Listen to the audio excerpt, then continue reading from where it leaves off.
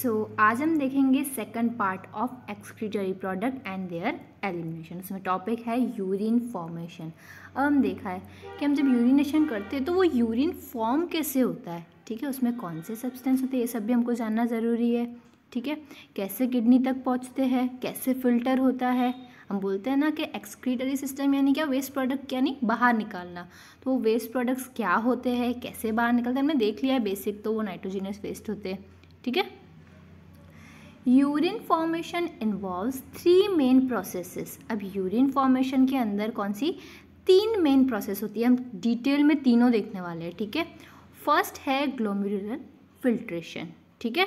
First है filtration, पहले filtration होगा, फिर जितना भी फिल्ट्रेट हो चुका है वो पूरा बाहर तो नहीं निकल आएगा, ऑफ कोर्स नहीं। तो सेकंड प्रोसेस होती है रीएब्जॉर्प्शन, हम डिटेल में देखने वाले एक एक स्टेप, ठीक है। और थर्ड होगा सीक्रेशन, हम तीनों के तीनों अभी डिटेल में देखेंगे। और हम देखेंगे क्या कि ये सारी जो तीनों प्रोसेस है ना वो डिफरेंट पार्ट्स ऑफ नेफ्रॉन में होते हैं। नेफ्रॉन पता है क्या है सबको, ठीक है। Different part of nephron, nephron का स्ट्रक्चर भी देख लिया है।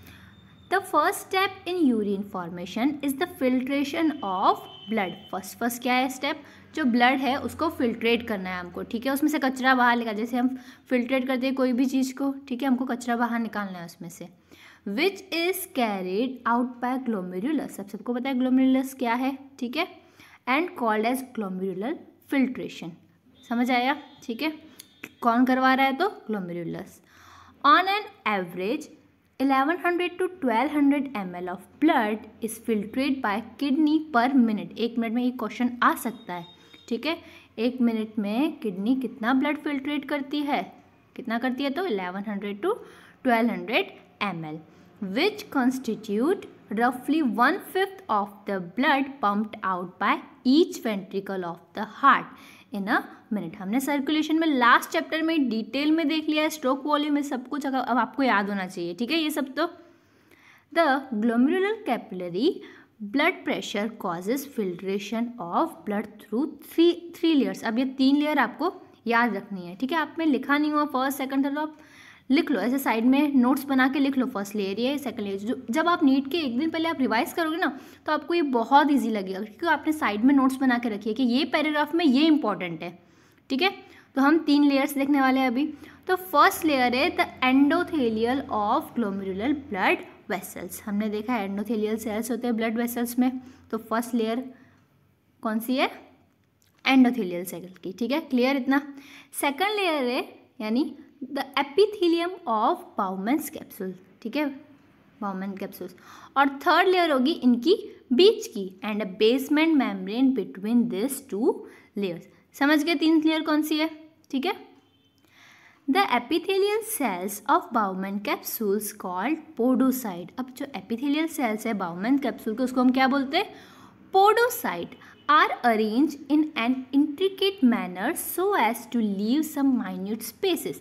अब वो ऐसे अरेंज किए हुए ना कि उनके बीच में थोड़ी थोड़ी गैप है, ठीक है, माइन्यूट गैप। उस हम स्पेस को क्या बोलेंगे, कॉल्ड फिल्ट्रेशन स्लिट्स। जैसे छन्नी कैसी होती है ऐसा समझ लो, क्या बोलते हैं हम उसको, फिल्ट्रेशन स्लिट्स और स्लिट पोर्स। क्लियर सबको। Blood is filtrate so finally through this membranes that all the constitute of the plasma except the protein pass on to the lumen of the Bowman capsule। सब कुछ protein के अलावा क्या सब कुछ आ जाएगा lumen के अंदर, ठीक है। Therefore, इसलिए हम इसको क्या बोलते हैं, Therefore it is considered as the process of ultra filtration। Clear, चलो फिल्ट्रेशन क्लियर है सबको। अब अगर डाउट हो तो मुझे आप कमेंट सेक्शन में पूछ सकते हो, ठीक है। The amount of filtrate formed by the kidneys per minute is called as glomerular filtration rate, GFR। बहुत कॉमन है, अभी हम ना JG एपरेटस पढ़ने वाले हैं सी टॉपिक में, तो आपको इसमें बहुत काम आएगा। GFR क्या है तो याद रखना है, the amount of filtrate form by the kidneys पर मिनट, तो उसको हम क्या बोलेंगे, पर मिनट, GFR, ठीक है, glomerular filtration rate. GFR in a healthy individual is approx 120 ml per minute, ठीक है, लिख लो। तो पूरे दिन के कितना होगा, 180 लीटर्स। बहुत इंपॉर्टेंट, नीट में बहुत बार पूछा है, okay clear. The kidneys have built in mechanism for regulation of glomerular filtration rate. अब देखो ये रेट को हमको रेगुलेट भी तो करना पड़ेगा कि इतना ही होना चाहिए दिन में, ठीक है। कम हो गया तो क्या होगा, ज़्यादा होगा तो क्या होगा, ठीक है। तो अभी किडनीज के पास ऐसा मैकेनिज्म है, तो ऐसा कौन सा मैकेनिज्म है हम वो देखने वाले हैं जो जीएफआर को कंट्रोल कर सकता है, रेगुलेट कर सकता है, ठीक है। One such efficient mechanism is carried out by juxtaglomerular apparatus GJA, ठीक है। JG apparatus हम बोल सकते हैं शॉर्ट में। JG apparatus is a special sensitive region formed by cellular modification। अब कहाँ पे बनता है तो हमने देख लिया DCT, ठीक है। And the afferent arteriole at the location of their contact, जब ये दोनों मिलते हैं ना वहाँ पे होता है JG apparatus। क्लियर है सबको इतना? A fall in GFR can activate the JG cells to release। अब मैं आपको चार्ट फॉर्म में बताती हूँ, आप लिख लेना, ठीक है। फॉल इन GFR क्या होगा, रेट बहुत कम हो गया। हमने देखा था 1 मिनट में 125 ml होना चाहिए, पूरे दिन में 180 लीटर होना चाहिए, ठीक है, देखा था। अब वो फॉल हो गया तो होगा क्या, उससे JG सेल्स है जो, ठीक है, वो एक्टिवेट हो जाएंगे। क्या करेंगे, वो रिलीज करेंगे रेनिन, ठीक है। वो क्या करेगा, ब्लड फ्लो बढ़ा देगा, ब्लड फ्लो क्या करेगा, बढ़ा देगा। तो क्या हो जाएगा, GFR क्या हो जाएगा, फिर इंक्रीज हो जाएगा। क्लियर है सबको इतना? बहुत इजी था। अगर आपको नहीं समझ आया तो फिर से ये वाला पार्ट है ना रिपीट करके देखो मैंने जो समझाया है, ठीक है। बहुत इंपॉर्टेंट JG apparatus क्वेश्चन आ सकते हैं काफ़ी सारे। सिंपल हम इसमें समझे क्या, GFR है, अगर लो है तो क्या होगा, JG apparatus JG cells activate हो जाएंगे। एक्टिवेट होंगे सेल्स तो क्या होगा, सेल्स एक्टिवेट हो गए तो रेनिन रिलीज होगा, ठीक है। रेनिन क्या करवाएगा, ब्लड फ्लो इंक्रीज करवाएगा, फिर वो जाके GFR इंक्रीज कर देगा। क्लियर है सबको? आगे बढ़ते हैं। A comparison of volume of filtrate form per day, ठीक है। पर डे कितना हो रहा है, 180 लीटर विथ, अब ऐसा तो नहीं है 180 लीटर हम यूरिनेशन के टाइम निकालते हैं, ऐसा तो नहीं है ना। यूरिन हम 180 लीटर्स करते हैं दिन में, ऑफ कोर्स नहीं। कितना करते हैं तो हम विद दैट यूरिन रिलीज कितना होता है, 1.5 लीटर्स ओनली, ठीक है।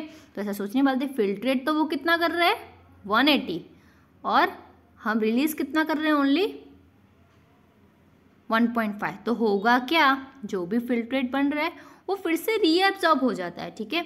Suggests that nearly 99% of the filtrate has to be reabsorbed by renal tubules। renal tubule क्या करेंगे, उसको रीएब्जॉर्ब कर देंगी। उसी प्रोसेस को हम बोलते हैं रीएब्जॉर्प्शन। क्लियर है? क्लियर है सबको? फर्स्ट कौन सा पढ़ा हमने, फिल्ट्रेशन।